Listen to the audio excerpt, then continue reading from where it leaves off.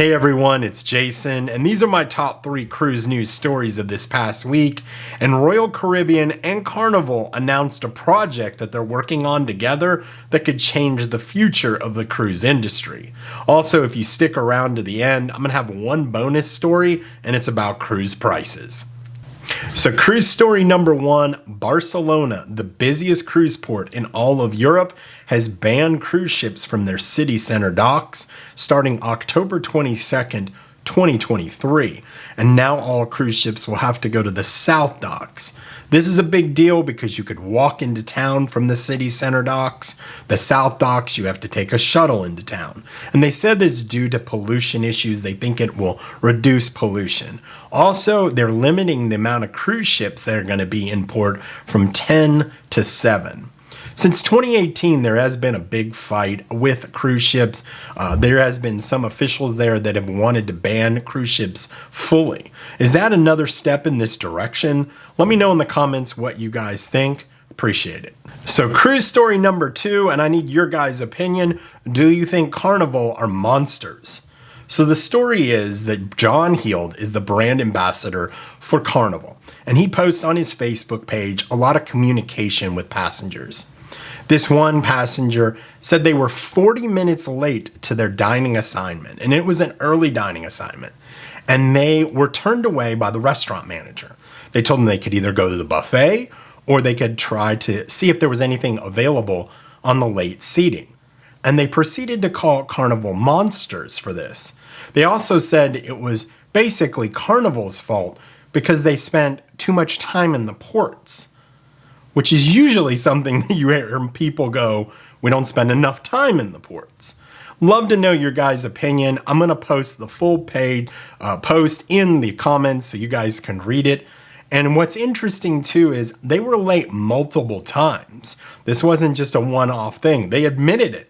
So here's the thing is if you don't think you can make it on time or you don't want to be restricted to a schedule, my advice to you is just do anytime dining. Love to know your guys' thoughts in the comments. So before I get to story number 3, I would ask that you please like the video as it does help the channel grow.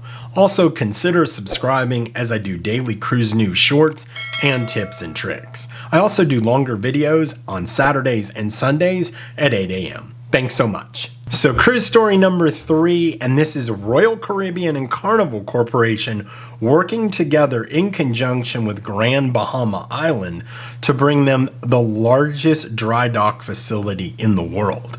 Currently, they're doing 2 dry docks they're adding. One will be delivered in 2025 and the other in 2026. And this will make them the largest facility in the world. And this is huge for the cruise industry because it allows them not to have to go all the way to Europe to do their dry docks. Now, if you're unfamiliar with this, cruise ships have to have a dry dock every 5 years. So instead of 2 weeks over, 2 weeks at the dry dock, and then 2 weeks back, they can go a day, maybe over 2 weeks, and then a day back. So huge news for the cruise industry. Also big news for Grand Bahamas and the Bahamas. I'm sure it's going to bring a lot more employment opportunities there. So really cool news that Carnival and Royal Caribbean are working together on this project.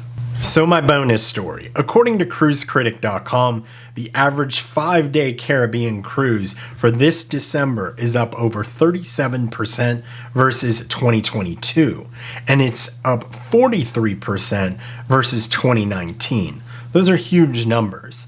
And Royal Caribbean and Carnival corporations on both of their latest earnings calls have both indicated they can close the gap continually on land-based vacations. The indicators of that is Carnival sailed at 109% last quarter, and Royal Caribbean has almost $6 billion in deposits on hand. So they feel very comfortable they can continue to raise those prices. My question for you is, what are you doing to combat those higher prices? So for us, we are booking earlier. We've noticed that if we do that, we can keep the prices still down. I've talked to a few other people, and they basically said, hey, we're not going to do the beverage package anymore. Or we may, not only do just one night of specialty dining instead of 3 or 4 nights of it.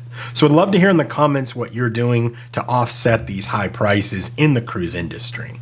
I appreciate you guys watching. Thank you so much for the support. And until I talk to you next week, happy cruising.